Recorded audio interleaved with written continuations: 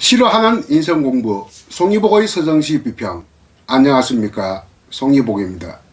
오늘은 김시섭의 시 5호가 일부를 놓고 공부를 하겠습니다. 먼저 낭독을 들어보시죠. 5호가 김시습. 왕후장상이 호화로운 집을 지어 사치를 일삼지만 농부의 살림살이는 한 해토록 배옷 한 벌 없다네.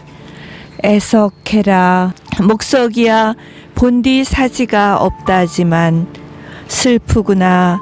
백성들에겐 피와 살이 있음에랴. 가죽을 벗기고 피를 쥐어짜고 뼈를 도려내는 이들의 사치와 욕심이 하늘을 찔러 그칠 줄 모르네. 잘 들어보셨습니까? 5호가 감탄사 5호로 시작하는 시다라는 뜻으로 제목이 5호가입니다. 5호는 우리나라 그 문어체로 5호라라는 물론 우리말입니다. 5호라 이렇게 쓰는 경우가 많죠. 그리고 구어체는 5호 내지는 5호라 이렇게 사용하는 경우는 없습니다. 말로는 어허 이렇게 쓰죠. 그러니까 5호는 구어체로 어허에 해당되는 말이고 좀 비탄의 감정을 수반한 표현이다 이렇게 얘기할 수 있겠습니다.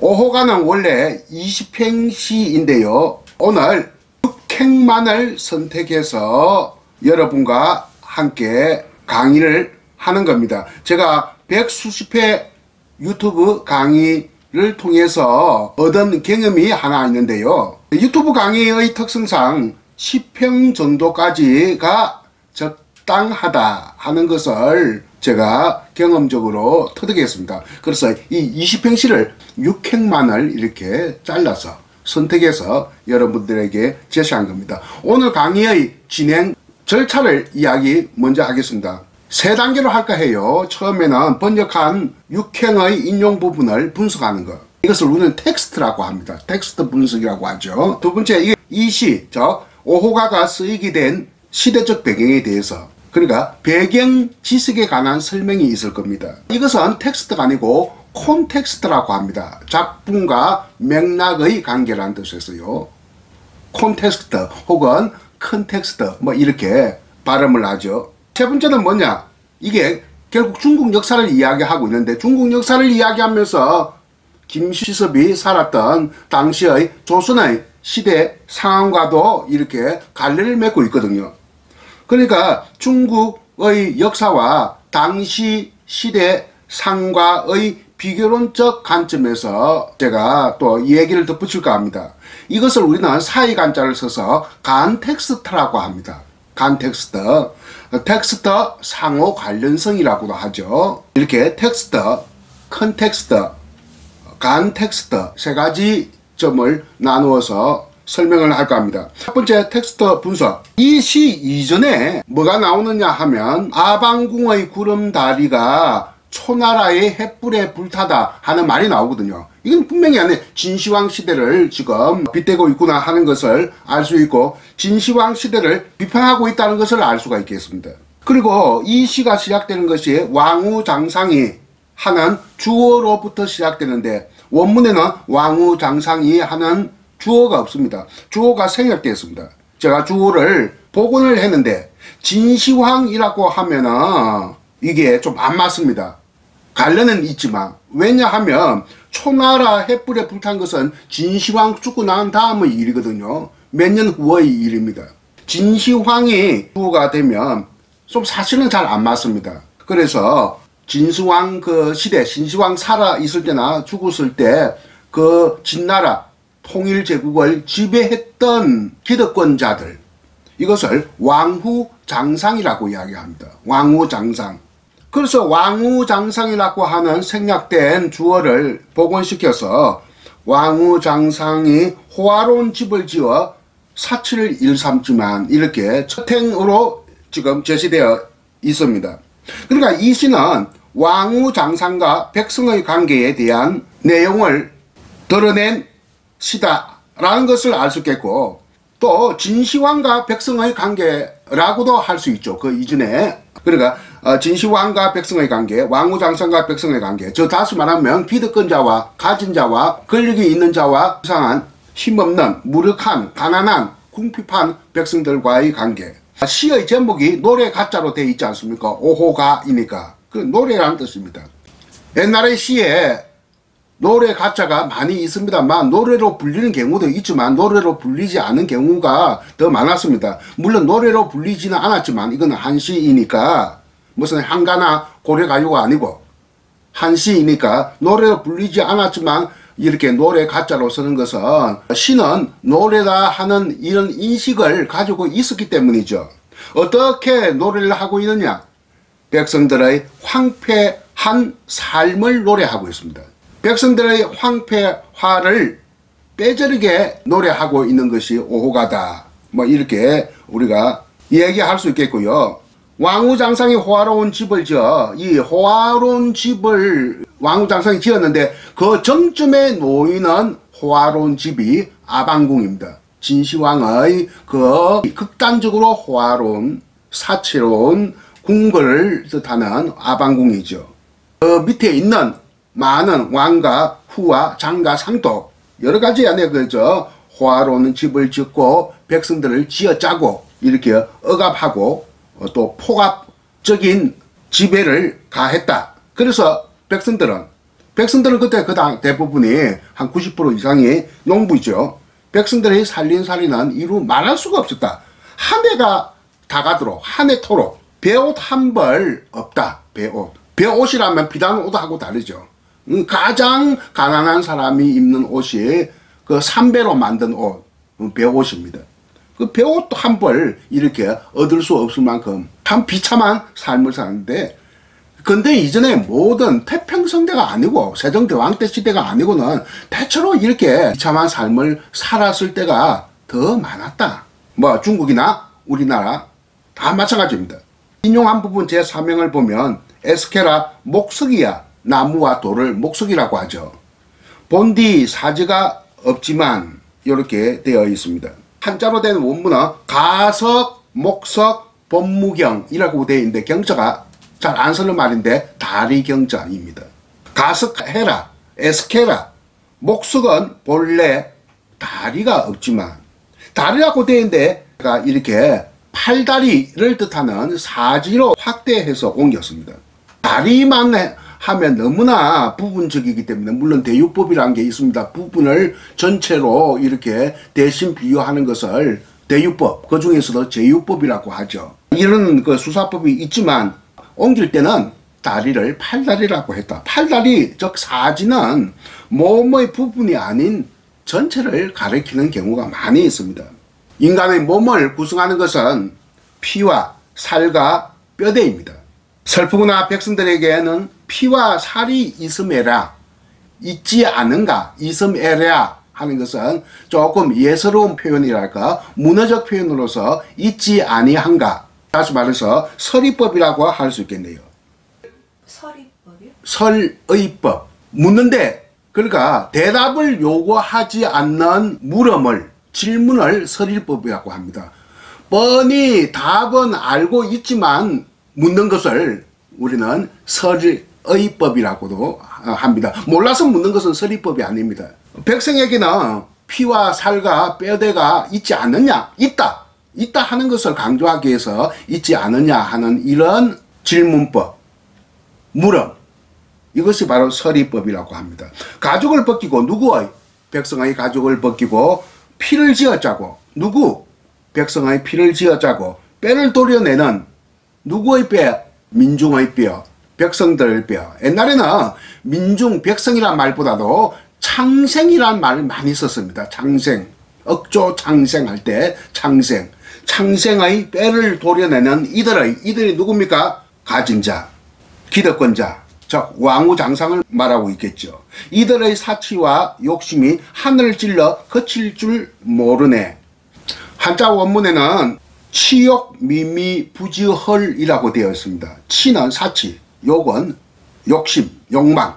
미미라고 하는 것은 조금 어려운 한자인데 마 할 때 이렇게 줄기로 된 마 할 때 마자에다가 아니 비자를 합성한 조합한 그런 한자인데 이게 뭐냐 하면 미라고 하는 것은 덩굴이란 말 알죠? 칡도덩굴이지 않습니까? 칡덩굴. 또 똑같은 말이었습니다. 덩굴과 넝쿨이라고도 하죠. 덩굴, 넝쿨은 같은 말입니다. 미미했으니까 두 개를 안에 이렇게 똑같은 말을 갖다가 했다는 것은 뭔가를 강조하기 위한 겁니다. 그러니까 뻗어가는 것을, 뻗쳐가는 것을 강조하는 겁니다. 덩굴 같은 것이 이렇게 막 뻗어가는 것을 강조하기 위해서 미미, 이렇게 한자가 아니라 한자 두 자를 이렇게 반복해서 표현한 겁니다. 치욕, 미미, 부지혈, 부지는 알 수 없다. 무엇을 알 수 없다. 헐자가 거칠 헐자라고 해요. 거치지 않는다. 거침이 없다. 거칠 줄을 모른다. 그러니까 부지 모른다. 거칠 줄을 모른다. 거침이 없다. 뭐 이렇게 되겠습니다. 그러니까 이 미미를 갖다가 뻗어가는 것을 이렇게 하자니 조그만한 시적인 맛이 없어서 기존 역본에 어떤 번역한 분이 욕심이 하늘을 찌른다 이런 표현을 썼거든요. 아주 적절한 표현 같아서 저도 이들의 사치와 욕심이 하늘을 찔러 거칠 줄을 모르네 이렇게 한 겁니다. 왕후장상하고 백성의 관계라고 이야기했는데 중국 역사의 최초의 농민 반란을 주동한 사람이 진성이라고 하는 사람입니다. 일반 백성인데 좀 지도자적 품격이 있어서 백성들 모아놓고 반란을 일으켰습니다. 진시황 죽고 난 직후의 일입니다. 진시황 죽고 나서 분란이 막 일어나는데 최초로 먼저 일어났던 분란이 바로 백성들의 밀란입니다. 최초의 밀란을 주도한 사람이 진성인데 진성이 자기가 백성의 신분으로 있으니까 다들 좀 사람이 아니야 우습게 하는 거야. 그래서 속으로 연작이 어찌 홍국의 뜻을 알리요 작은 새가 큰 새의 뜻을 알리요 하는 유명한 명언을 남겼죠. 또 그리고 봉기할 때는 뭐라고 했느냐. 왕후장상이 씨가 따로 있으리요 이런 말을 했습니다. 이것이 우리나라 고려 때 만적의 난 때 또 한 번 써먹습니다. 진성의 말을 만적이 고려 노예 반란의 주동자 만적이 한 번 더 써먹게 되죠. 왕후장상이 어찌 씨가 따로 있으리요. 씨가 따로 없다 하는 이야기죠. 아까 말했던 서리법입니다. 왕후장상에 대해서 이야기할게요. 왕이 뭐냐 하면 진시황 이전에는 그 최고 지도자를 말합니다. 그러니까 통일하고 나서 왕보다 더 높은 칭호를 갖다가 자칭을 했죠. 이것이 황제입니다. 황제는 전설상의 중국의 왕이 삼항오제인데 삼항할 때 황자, 오제할 때 제자를 따와서 황제라고 했어요. 그래서 최초의 황제, 시황제, 자기를 이은 황제는 2세 황제, 3세 황제, 무슨 100세 황제, 뭐 이런 식으로 나아갈 거라고 했는데 죽고 나서 안에 뭐 4, 5년 만에 망해버렸습니다. 그 망한 이유가 있죠. 그거 좀 이따가 이야기하기로 하고요. 진시황 이전에는 그 나라를 다스린 최고의 지도자를 왕이라고 했고, 진시황 때는 황제가 최고니까 좀 멀리 있는 지방 우두머리, 지역을 다스리는 우두머리를 왕으로 칭했습니다. 너무 행정이 안 미치니까. 이것을 후라고 합니다. 그러니까 진시황 이전에는 후가 단순한 지방 영주인데 진시황 때부터는 이게 또 진시황이 황제로 이렇게 업그레이드 되니까 그 사람들이 후가 왕이 되는 거예요. 이것을 우리는 제후왕이라고 하는데, 왕후장상하면 두 가지가 이렇게 겹치는 사람도 있고 또 심지어는 세 가지가 겹치는 사람이 있어요. 그 왕과 후가 겹치는 사람이 제후왕이고, 이 장과 상이 또 겹치는 사람도 있죠. 출장 입상, 밖으로 나아가서 외적을 무찌르고 돌아와서 개선장군이 되어서 수상의 자리에 앉는다. 요즘 말하면 총리의 자리에 앉는 것을 우리는 출장 입상이라고 해요. 이런 것은 장과 상이 이렇게 겹쳐지는 것이죠. 장상, 장은 군부의 최고위층, 요즘들 말하면 무슨 중장, 대장 이런 사람들, 상은 총리와 장관을 말합니다. 행정부의 최고위층을 상이라고 하는데, 상 중에서 가장 높은 상을 요즘 말하는 총리인데 옛날에는 성상이라고 했습니다. 성상이라고 할 때 성자는 뜻을 받들인다. 황제의 뜻을 받들여 서로 상자, 황제와 서로 협력한다. 이것에서 성상인데 역사적으로 유명한 성상이 누구 있습니까? 진시황 성상 이사, 그리고 삼국지에 나오는 조조, 조조는 뒤에 또 왕도 됩니다. 제후왕이 됩니다만 황제는 못 되고 죽었습니다. 아들이 황제가 되었죠. 조비가. 그리고 유명한 성상 중에서 최고 유명한 성상, 총나라의 유비 다음에 유선을 안에 모신 제갈공명, 이 성상으로서 아주 유명하죠. 성상이 오늘날 개념으로는 총리가 되는데 뜻은 황제의 뜻을 받들어 황제와 더불어 서로 협력한다. 서로 상자. 그래서 성상이라고 합니다. 이 시는 당시 그러니까 김시섭이 살던 시대 상황과 상당히 관련이 있습니다. 김시섭이 살던 시대에 엄청난 정치적 분수령이 되는 사건이 있습니다. 그것을 계유정난인데요. 계유년이 1453년입니다. 단종 때, 어린 단종 때 실권을 장악하기 위해서 그 삼촌인 수양대군이 항보인 김종서 같은 이 충신들을 갖다가 다 쓸어내고 오늘날 말로 쿠데타를 일으켜서 자기가 완전히 실권을 장악한 사건이 바로 계유년에 일어났던 쿠데타, 이것을 계유정난이라고 하는데, 이 계유정난이 엄청나게 15세기 한국사의 최대의 사건이라고 할 수 있다. 정치적인 사건에 있어서 말입니다. 김시섭은 어릴 때 신동입니다. 조그만 애가, 5살 애가 막 시를 갖다 짓는데 세종대왕이 그 시 짓는 현장을 직접 보고 이것은 천재가 아니면 있을 수가 없다 해가지고 엄청나게 총애를 한 거예요.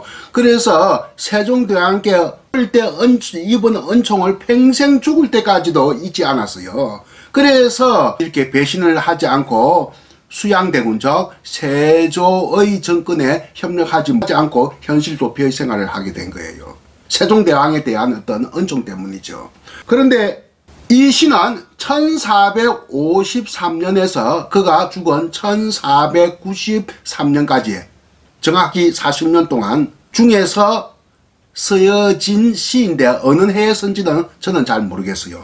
뭐 밝혀져 있는지는 모르겠습니다만 아마 안 밝혀져 있을 거예요. 그러니까 세조가 정권을 잡고 그 뒤에 세조가 좀 빨리 죽었거든요. 그 뒤에 자기 죽을 때까지 이게 나라가 엉망인 거야. 왕후 장상들이 아니라 그 판을 치는 세상이다 보니까 백성들이 도탄에 빠지는 거예요.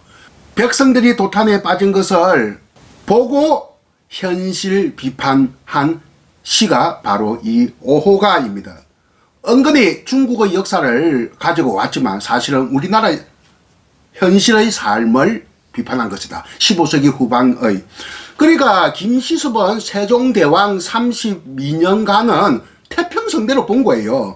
세종대왕 시대는 한 32년 동안은 태평성대로 보고 그 이후에 세조가 정권을 잡고 나서부터 나라가 망조에 깃들어졌다 하는 겁니다. 바로 그것처럼 진나라처럼 진시황 죽고 난 이후처럼 이렇게 나라가 망조로 기울어져 있다. 그것이 바로 진나라 때의 왕후장상인데 이것은 그 시대에 누구냐? 바로 수양대군이 세조가 되도록 도와준 공신들, 이 왕후장상입니다. 이것을 우리는 정난공신이라고 합니다. 계유정난을 일으킨 공신, 협조한 공신이라서 정난공신이라 하죠. 대표적인 사람이 정인지, 한명회, 신숙주, 이계전, 최항 뭐 이런 사람이 대표적인 사람입니다. 그러면 정치의 지형도가 15세기 후반기에는 세 가지로 형성됩니다. 첫째는 공난정신, 하나는 세조에 대해서 죽음으로써 반항한 사육신, 죽음으로서 반항하지 않았지만 그러니까 적극적인 반항을 하지 않고 소극적인 반항을 하면서 현실을 도피한 생육신, 그리고 정난공신, 사육신, 생육신, 이 생육신 6명의 생육신 중에 한 사람이 김시섭입니다.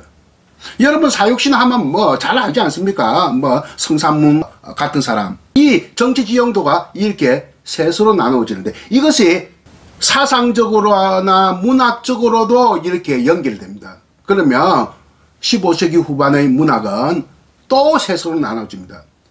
그러니까 계유 정난공시와 정치적인 이해관계를 함께하는 훈구파, 이것을 훈구파라고 하고, 물론 훈구파는 조선시대 때 개국공신, 이성계를 도와주는 개국공신도 훈구파고, 그리고 이방은, 요즘 TV 그 드라마로 나오는 이방은이 왕자의 난 두 차례 일으키면서 도와준 그 또 공신들도 훈구파입니다만, 그 앞에 훈구파 두 차례 있었습니다만, 이 시대에는 바로 계유정난을 협조한 훈구파가 있었는데, 이 문학도 훈구파 문학. 대표적인 사람이 서거정입니다. 아까 말한 정난공신 중에서 이 계정의 제자가 서거정이고 최항의 서남이 서거정입니다. 서거정은 이런 사람들보다 나이가 조금 어립니다. 그리고 세조가 중국과의 그 외교할 때 그 문서를 사명이라고 하는데 이 사명을 찬술한 사람이 바로 서거정이야. 그러니까 왕의 외교 문서를 거의 대부분 서거정이가 이렇게 썼을 만큼 문장이 뛰어난, 그 서거정의 문학은 백성들의 이야기가 전혀 없습니다. 오로지 아름다움, 예술지상주의, 신미적인 완성을 이야기하는, 노래하는 시문, 시와 문장을 썼던 사람이다. 그 훈구파 문학의 대표적인 사람이 서거정. 살인파, 새로 형성된 신흥살인파, 주로 영남에서 이루어진 최고의 가장 앞선 선두주자가 김종직인데, 경남 밀양 출신입니다. 김종직이가 바로 살인파의 사장입니다. 서성입니다. 김종직은 살인파 문학의 선두주자고 대표자입니다. 그리고 또 한 문학의 유파가 있었는데 15세기 다 같은 시대입니다. 동시대입니다. 방해인. 방해인은 뭐냐 하면 체제 밖의 사람. 대표적인 사람이 김시섭입니다. 서거정, 김종직, 김시섭. 그러면 살인파는 그 사육신의 정신을. 그렇죠. 그러니까 김종직이가 의제문, 의제를 조성하는 글을 사초에 넣었다가 뒤에 연산군 시대 때 부관 참시를 당하고 사화가 일어나죠. 그러니까 사육신 편이다. 살인파는 계속 훈구파와 살인파가 대립을 하고 하다가 결국은 200년 동안 훈구파가 지배하다가 소멸되었습니다. 네 차례 살인들이 화를 입고 나온 그 희생의 대가물로.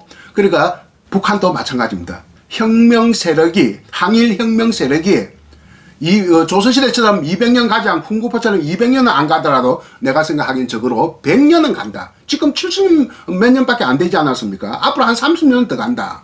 그 항일 혁명 세력이 바로 김일성을 도와주던 사람인데 조선시대의 훈구파입니다. 그러니까 훈구파가 소멸되고 살인파가 정권을 잡으니까 이게 또 붕당정치, 땅포싸움이 시작되고 임진왜란을 불러일으키게 되죠. 기축옥사 때. 그 대표적인 사람이 송광정철입니다. 이렇게 그러니까 정치적 지형도가 세 개로 정난공신, 사육신, 생유신으로, 또 문학적인 유파도 훈구파 문화, 살인파 문화, 방해인 문화, 이렇게 세 가지로 형성이 되는데, 그러면 김수습의 그 시대에 정치적으로나 문학적으로나 사상적으로 3분의 1의 지분을 가진 존재였다. 이렇게 이야기할 수 있겠죠. 아까 왕후장상이라고 했는데 이 왕후장상이 바로 계유정난을 협조하고 주도하고 협조한 공신들인데, 이 공신들이 또 장과 상을 한 사람도 있었어요. 김효선이라고 하는 사람은 1등 공신인데, 공신 중에서도 1등 공신인데, 계유정난 김종서 항보인을 제거하는데 대표적인 안에 큰 공을 세웠던 무인입니다. 무신인데, 그리고 군호가 내려집니다. 고향이 연안 김씨인데 그게 지금 항해도 연백이에요. 또 연산이라고 했어요. 이 사람 군호가 연산군입니다. 왕 연산군하고 한자가 다릅니다. 연산군을 봉해줬습니다. 이것이 중국이나 일본식으로 한다 하면 제후, 그가 영주가 되겠습니다. 그리고 누구 부원군 하면서 이렇게 많이 내려지거든요. 공신들 중에. 부원군이 원래는 임금의 장인 어른을 부원군이라고 했어요. 아버지는 대원군이고, 일반 신하에게도 부원군이라고 내려지는 경우가 있는데, 이거는 공신들에게 큰 공을 세웠을 때 내려지거든요. 무슨 부원군이니 군인이 하는 이런 군호를 봉해지는 것을 중국의 그 후에 해당된다. 그러니까 우리나라는 중시의 봉건 제도가 없었기 때문에 이렇게 후가 없지만 그 가까운 것이 바로 그거다. 그러니까 김효성은 장이고 후다. 왕후 장상 중에서 이런 안에 기득권자들이 백성들의 피를 쥐어짜고 가죽을 벗기고 뼈를 도려냈다 하는 것을 현실을, 조선의 현실, 15세기 후반 조선의 현실, 세조 이후의 조선의 현실을 비판한 겁니다. 태평생들을 그리고 하면서 그 태평생대가 누구냐? 세종의 32년의 그 치하입니다. 그래서 김시섭은 어릴 때 세종대왕에게 총애를 받았고 엄청난 칭찬을 들었기 때문에 평생 죽을 때까지 세종대왕을 잊지 않았던 인물이었다. 그리고 마지막 간텍스트 성에 관해서 이야기하겠습니다. 중국 역사와 그 우리의 그 사정과 얽힌 비교론적 관점에서 간단하게 살피고 오늘 강의를 마칠까 하는데요. 이렇습니다. 중국의 역사, 그 진시황 이전의 역사를 갖다가 선진이라고 해요. 선진시대라고 합니다. 진시황 이전이니까 앞설 선자. 그러니까 선진시대 때까지, 선진시대가 뭐 하나라, 상나라, 주나라, 춘추시대, 전국시대, 이것을 선진시대라고 하는데, 뭐 유명한 안에 그 제자백가는 다 그 전국시대 때 사람, 선진시대 때 사람입니다. 공자, 맹자, 노자 뭐 이런 사람들 다 그 시황 이전의 사람들이니까 선진시대 사람이죠. 정치는 선진시대 때 왕이 다스렸다고 했죠. 황제가 없었습니다. 이 선진시대 때는 정치적인 성격이 신정체제에 있다. 기신신자, 신정체제. 그럼 우리나라의 개념으로 한다면 재정일치하고 조금 비슷한데요. 이 신정체제가, 신정이 19세기 말까지 영향을 줍니다. 왜? 우리가 국가를 상징하는 말이 종묘사직이거든요. 종묘는 역대 임금을 모아놓은, 그 위패를 모아놓은 것을 종묘라고 하고, 사직이란 말은 뭐 서울뿐만 아니라 여기저기 다 있어요. 여기 제가 지금 부산에서 강의를 하고 있는데 부산에도 사직동이 있습니다. 사직이 뭐냐 하면 사자가 토지신을 말하는 것이고 토지신을 모시는 것은 토지신이고 직은 곡신입니다. 곡식의 신입니다. 이것을 국가라는 개념인데 종묘사직을 지키소서 뭐 이런 말을 갖다가 많이 하지 않습니까? 옛날에 선진신은 토착선을 숭배하는데 그 숭배하는 제사장 우두머리가 누구냐? 왕인 거예요. 토착신 중에 가장 우두머리 신은 천신이야. 그래서 왕을 천자라고 합니다. 천의 아들, 하늘의 아들을 천자라고 하고, 일본에서도 일본의 왕을 천황이라고 하는 이유가 하늘천하고 관계있습니다. 그 천신이 이 동아시아권에서는 가장 우두머리 신이다. 그 다음에 지신이다. 왜? 백성들이 농사하고 관계 있으니까. 그 아까 지신이 바로 사직할 때 사가 됩니다. 우리가 사회생활 할 때 사는 사회, 이거 서사이어티를 일본 사람이 19세기 말에 번역했거든요. 토지의 신이 점지해주는 땅에 모여있는 것. 이것이 모일했자. 이것이 사회입니다. 그래서 이 시대의 정치를 한마디로 한다면 주술할 때 주자입니다.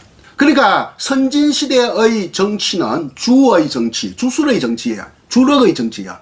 왜? 신에 의해서 신의 힘으로 받아들이는 정치. 신의 대리자, 하늘의 대리자, 천의 대리자. 그것이 왕이고 황제다.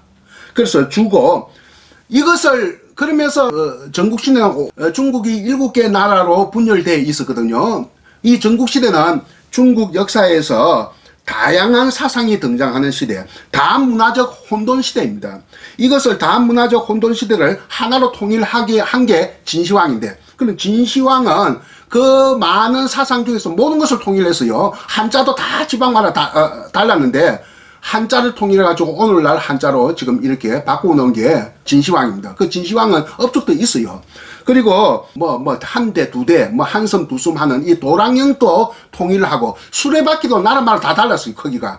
중국, 천하, 전국이 똑같은 크기의 수레바퀴를 만들 것을 명령을 했기 때문에 이 수레가 멀리 가다가 고장이 나면 그 지방의 수레를 대신 끼워 넣을 수가 있다. 도랑형, 수레바퀴, 또 그리고 여러 가지 문자, 한자도 이렇게 통일시키고 사상도 통일시켰다. 전국시대 때 그 많은 사상, 유교, 노장 사상, 그러니까 노자, 여러 가지 안에 그 제자, 백가 사상, 이것을 백화남만, 여러 가지 꽃이 활짝 피었다. 백화남만, 백가제방, 이런 표현을 하는데, 여러 가지 사상을 통일하는 것이 바로 법가입니다. 법가의 그 계승자 두 사람이 한비자하고 이사인데, 이사가 바로 진시황의 그 성상이 되죠. 한비자는 너무나 똑똑하기 때문에, 이사가 같은 동문수학한 사람이지만, 실시를 해서 죽여버립니다. 그 한비자는 억울하게 한비자는 그 법가를 계승한 대표적인 사람이죠. 이렇게 선진 시대에는 주술할 때 주라고 한마디로 할 수 있다면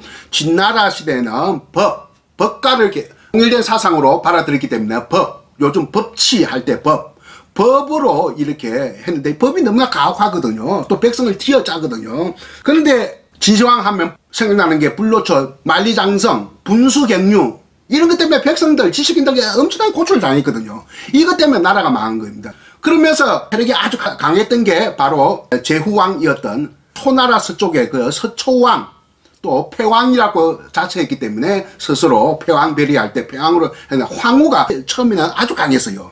그래서 이 황후가 또 망합니다. 너무 이 진시황 못지않게 이게 패도로서 안에 나를 다스리려 하니까. 그래서 이것을 중국 역사에서는 진붕초망사라고 합니다. 진나라가 붕괴하고 초나라가 망한 역사. 이거 진붕초망사 이후에 등장한 사람이 유방입니다. 한나라를 건설하게 되죠. 이 유방은 진나라의 말단 공무원에 지나지 않았는데 이렇게 또 새로운 황제가 되는데 주에서 법에서 유. 그러니까 진시황이 묻어버린 분서경유할 때 유하 혹은 선비 이런 뜻이거든요. 묻어버렸다 해서 경자를 쓰는 겁니다. 경유한 묻어버린 유를 끄집어내서 복원시켰다. 그래서 한나라가 전한 후한까지 굉장히 수백 년 긴 제국을 유지했는데 이 일관된 사상은 유교입니다. 그러니까 진시황이 묻어버린 갱해버린 유학을 유교 정신을 다시 끄집어내서 유교는 뭐냐면 패도가 아니거든요. 나라 다스리는 것을. 진시황처럼 패도가 아니고 왕도입니다. 왕도 정치를 표방하는 것이죠. 인의로서 공자와 맹자의 사상, 인의 사상으로서 어진과 어리의 사상으로서 이끄는. 그러니까 주의 역사에서 법의 역사에서 유의 역사로 바꾼 사람이 유방이다. 그러니까 우리나라 살인파도 끊임없이 무엇을 주장했느냐 하면 왕도를 주장했거든요. 이 왕도를 주장하다가 너무 가격하게 주장하다가 죽은 사람이 유명한 조광조입니다. 그러니까 유교 정신이죠. 유교 정신의 극단화된 형태가 왕도 사상이다. 이렇게 보면 되겠습니다. 이런 것까지 다 연결해서 볼 수 있는 텍스트라는 점에서 오늘 김시섭의 오호가 육행을 끄집어내서 이렇게 역사와 그 시대와 김시섭과 그 사상과 문학과 이런 것을 다층적으로 다변화시켜서 우리가 살펴볼 수 있었던 겁니다. 오늘 공부 김시섭의 오호가 또 그 시대에 김종직의 낙동요라고 하는 것도 있어요. 낙동강 주변의 민중들이 백성들이 굶주리고 있는 현실을 비판한 노래도 있습니다. 그러니까 김종직의 낙동요와 김종직이 김시섭보다 4살 위입니다. 죽을 때는 거의 비슷한 해에 죽었습니다. 그럼 그 낙동요도 나중에 한번 해주시죠. 좋습니다. 낙동요도 해줄 수 있는데 이 김종직의 낙동요와 김시섭의 오호가는 보기 드물게 15세기에 백성들의 황폐한 삶을 노래한 현실 비판시, 저항시라고 할 수 있겠습니다. 오늘 여기서 강의를 마치도록 하겠습니다. 이상입니다. 안녕히 계십시오. 오호가 김시습. 왕후장상이 호화로운 집을 지어 사치를 일삼지만 농부의 살림살이는 한 해토록 배옷 한 벌 없다네. 애석해라. 목석이야 본디 사지가 없다지만 슬프구나. 백성들에겐 피와 살이 있음에랴. 가죽을 벗기고 피를 쥐어짜고 뼈를 도려내는 이들의 사치와 욕심이 하늘을 찔러 그칠 줄 모르네.